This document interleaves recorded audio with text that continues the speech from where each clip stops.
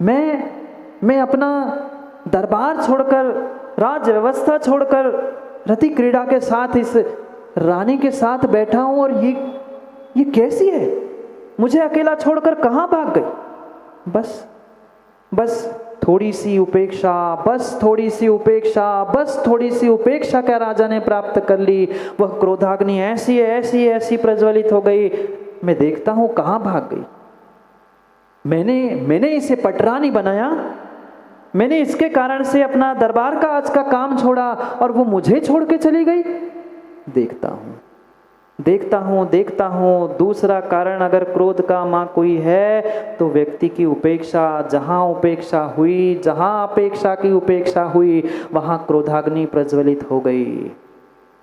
अपने भीतर खोज कर देख लेना, हमने भी कई बार उस गुस्से को क्रोध को प्राप्त किया है। कैसे कैसे निमित्तों को प्राप्त करते हुए हम भूल चुके कि हम अपना नुकसान कर रहे थे। उपेक्षा मिली, उस राजा के भीतर क्रोधाग्नि ऐसी जली, वह तड़ाक से उठता है और देखता है रानी दौड़ कहाँ रही है।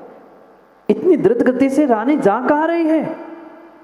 रानी को वो छज्जे से ही देखता है, रानी थी महल के दरवाजे पर, महल के ऊपर बैठकर वो मुनिराज को कैसे नमोस्तु करती। आजकल जैसी माताएं थोड़ी ना है, आजकल को माता छत से बालकनी से महाराज जी नमोस्तु वही से चिल्लाते। बहुत सारे तो हमने देखा गाड़ी पे बैठे, 4 व्हीलर में बैठे, वही से हॉर्न बजाते, महाराज नमोस्तु। वाह, ये धर्म है, ये धर्मात्मा है। गाड़ी से उतरना नहीं है। गाड़ी क्या करे, आजकल चल रहा है ना, जहां भी जाओ मंदिर दिख गया हॉर्न बजा दो, तुम्हारा नमस्कार माना जाएगा। ऐसे ही लोग आज तथाकथित धर्मात्मा हो गए, गाड़ी से हॉर्न बजाते हैं, नमोस्तु कर लिया और काम हो गया। उसे पता था निर्ग्रंथ गुरुओं का, सच्चे देवशास्त्र गुरु का अभिवादन कैसे किया जाता है, विनय कैसे की जाती है। वह रति क्रीड़ा छोड़कर महल से दौड़ते भागते पहुंचती है। मुनिराज कहीं आगे ना निकल जाए, प्रातः का समय था, हो सकता है मैं पड़घान कर लूँ। मुनिराज नगर में आए हैं, पड़घान का मौका मिलेगा, दान देने का मौका मिलेगा। वो दौड़ती है, भागती है, और जैसे ही समीप पहुंचती है आंखों से उसके झरझर पानी बहने लगता है। आश्चर्यचकित होती है। जब अनजान कोई मुनिराज मिलते हैं तो सम्यक दृष्टि गदगद होता है। अनजान मुनिराज मिलने पर राजे जी सम्यक दृष्टि गदगद होता है। फिर कोई पहचान का मिल जाए, कैसे लगता है? आप कहीं शिखर जी गए, माँ कहीं यात्रा के लिए गए, और जाते जाते कोई पहचान के मुनिराज मिल जाए जो आपके नगर में चतुर्मास कर गए हो, या आपसे परिचय जिनका हो गया हो, वे कहीं अनजाने में और धोखे से मिल जाए। पता है मिलना है तो आनंद आता ही आता है, और फिर सरप्राइज मिले तो और आनंद आता है। आप उसके भी आंखों से सरप्राइज होकर वो रोने लगी, बिलखने लगी, और रूप को देखकर कहती ये क्या? कोई दूसरा नहीं था, रानी का सगा भाई मुनिराज बन के नगर में आया था। उसके रोम पुलकित हो गए थे, रोंगटे खड़े हो गए थे, आंखों से अश्रुधारा बहने लग गई थी, और कहती है मुनिराज ने कहा बहन क्या कहती? जिसके कलाई पे कभी उसने राखी बांधी हो, उस सामने मुनिराज बनकर खड़ा हो, उसके मुख से कभी मुनिराज निकल नहीं सकता। उसके मुख से निकल पड़ा भैया।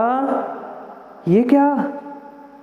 वो जोर से भैया कहते ही और धड़ाम से चरणों में लौट जाती है, और जोर से फिर समझ में आता है उसे कि नहीं, ये अब भैया नहीं है, अब तो ये मुक्ति वधु के सैया बनने वाले हैं। ये अब मेरे भैया नहीं है, ये तो मुक्ति वधु के सैया बनने वाले हैं। और सहज मुख से निकल पड़ता है नमोस्तु, हे स्वामी नमोस्तु।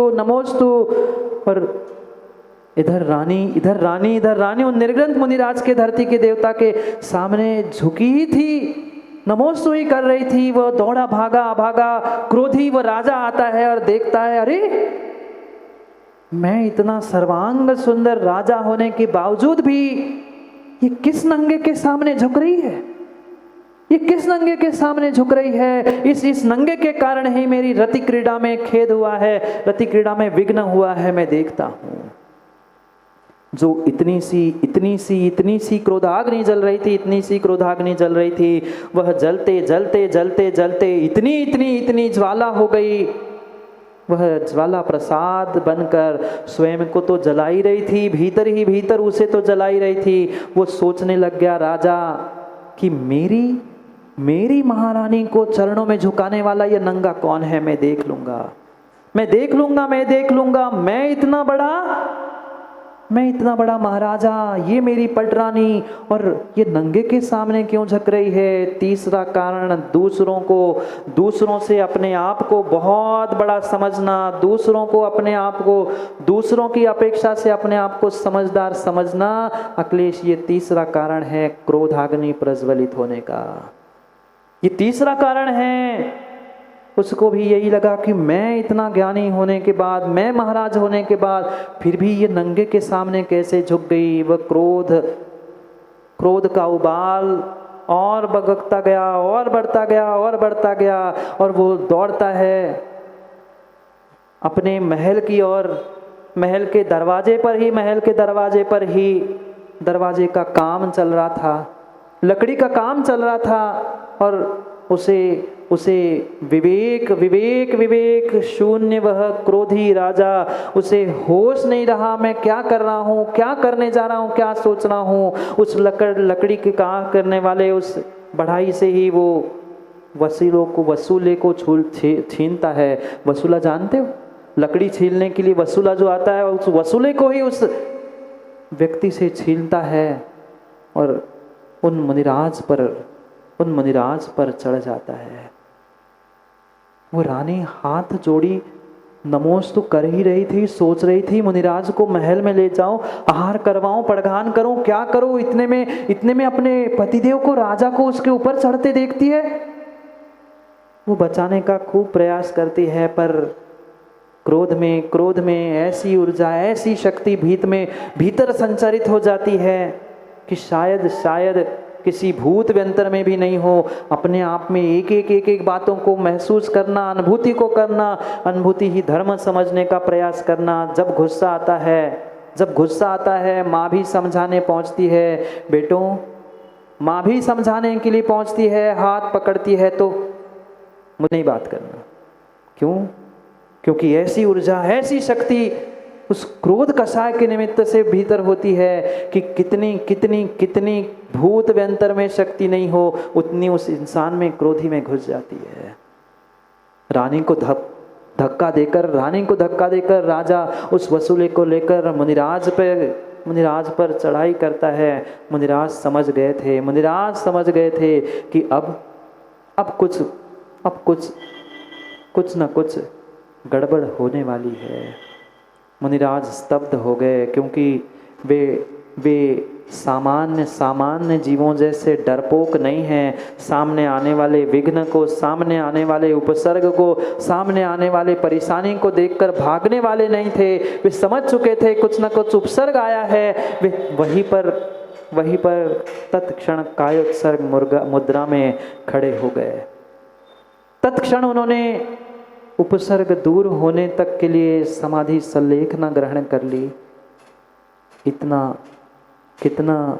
कितना निर्मल मन होगा। आपके सामने शिविरार्थियों, आपके सामने कोई चाकू लेकर दौड़ते पहुंच जाए, आप क्या करोगे संजय भाई? कह दोगे आ जाओ, पास आके दिल ना दूर से मत मारना, ऐसे ही कहोगे ना?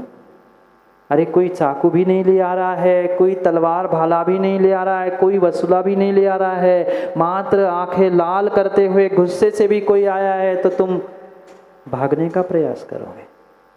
भागने का प्रयास करो। मुनिराज को सब हकीकत समझ में आ रही है। वो वसूला लेकर मुनिराज की ओर दौड़ रहा है, फिर भी मुनिराज स्तब्ध हो गए, वही के वही खड़े हो गए।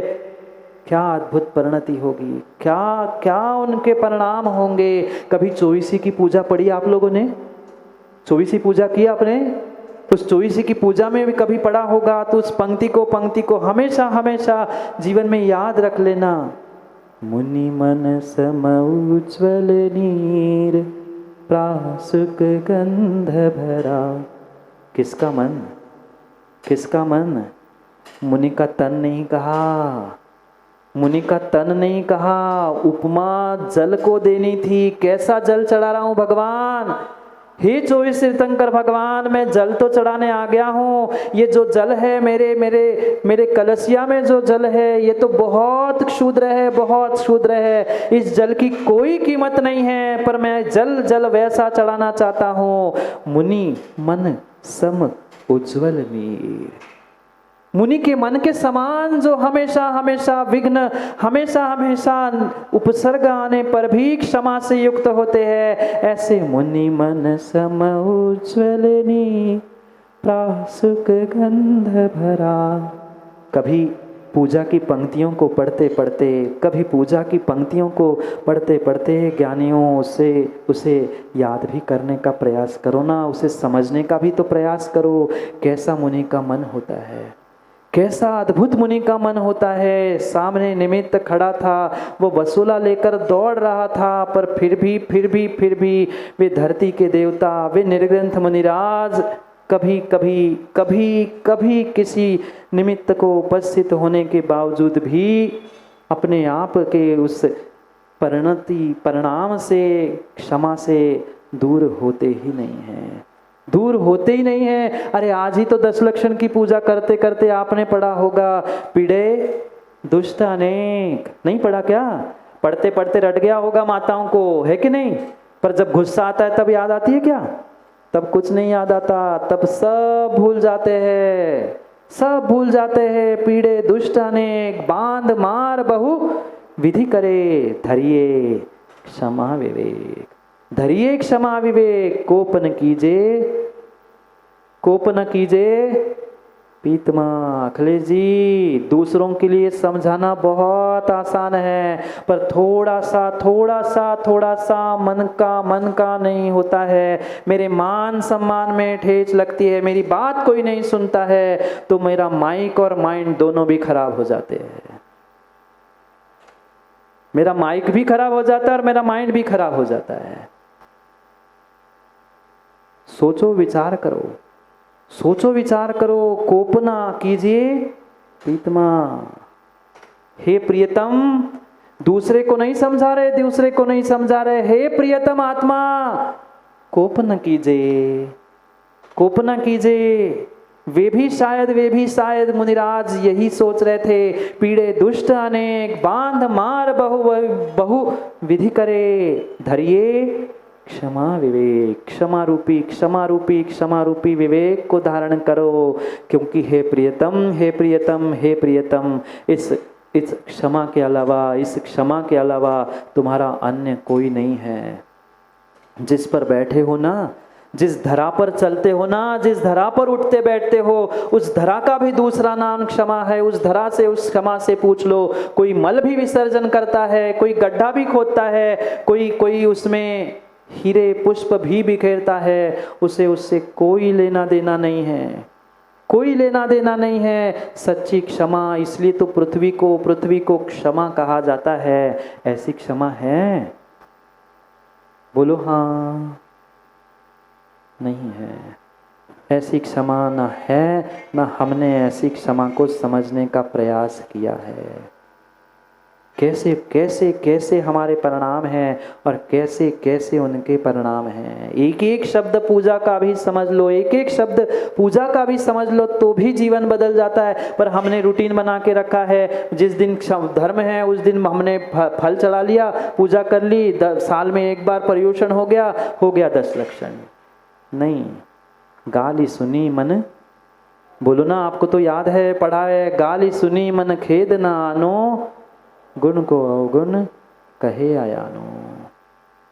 ये भीतर निर्णय था निर्ग्रंथ मुनिराज का, धरती के देवता का। गाली सुनी मन खेद ना, वो गाली देते देते पहुंच गया। ये नंगा मेरे रति कर्म में विघ्न कर रहा था, अब देखता हूं मैं। बदले की प्रतिशोध की भावना से जलता हुआ वह राजा पहुंचता है वसूला लेकर, पर उत्तम क्षमा करो रे भाई। वसूले से किसी लकड़ी को नहीं।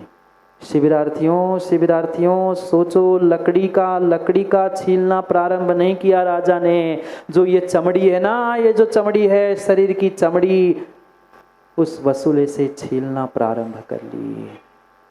माँ, इतना सा चाकू सब्जी सुधारते हुए लगता है। सब्जी बनाते आप लोग? सब्जी बनाते हो कि काटते हो? जो धर्मात्मा है वो कभी सब्जी काटता नहीं, बनाता है, सुधारता है। माँ, सब्जी सुधारते समय, सब्जी बनाते समय इतना सा चाकू हाथ में लग जाता है। कितने दिन तक दर्द होता है? बोलो ना। दर्द हो ना हो, पर 4 दिन तो कुछ परसते समय भी दिखा के पट्टी बांधकर, और देते समय भी ऐसे दिया जाता है कि कोई पूछ ले, कोई कह ले, अरे लग गया। एक इतना सा चाकू, एक इतना सा कांटा, एक इतना सा घाव शरीर में बच्चों होता है तो कितना कष्ट, कितनी तकलीफ, कितना दर्द होता है। पर पूरा शरीर का चमड़ा उस वसूले के साथ राजा ने छील दिया। पर मुनिराज टस से मस नहीं हुए। धन्ना ते भगवंता,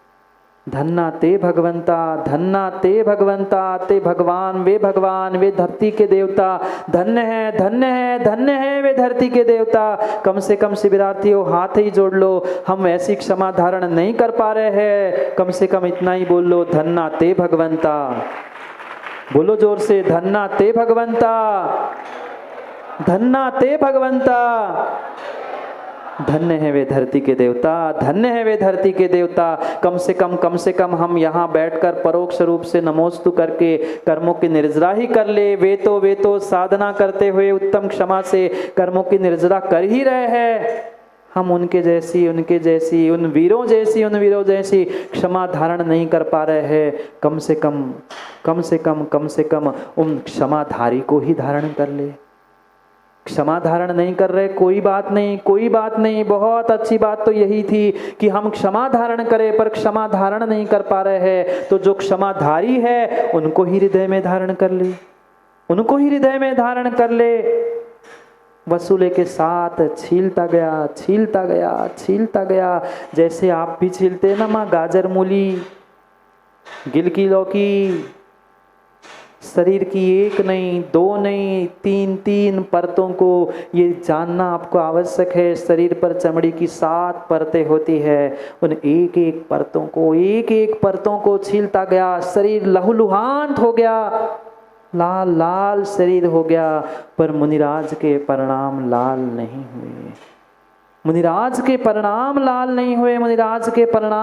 नहीं हुए, ना उनकी आंखें लाल हुई। जितना वो वसूला चलाते हुए शरीर के चमड़ी को छीलता जा रहा था, भीतर समय सार गुंजायमान हो रहा था।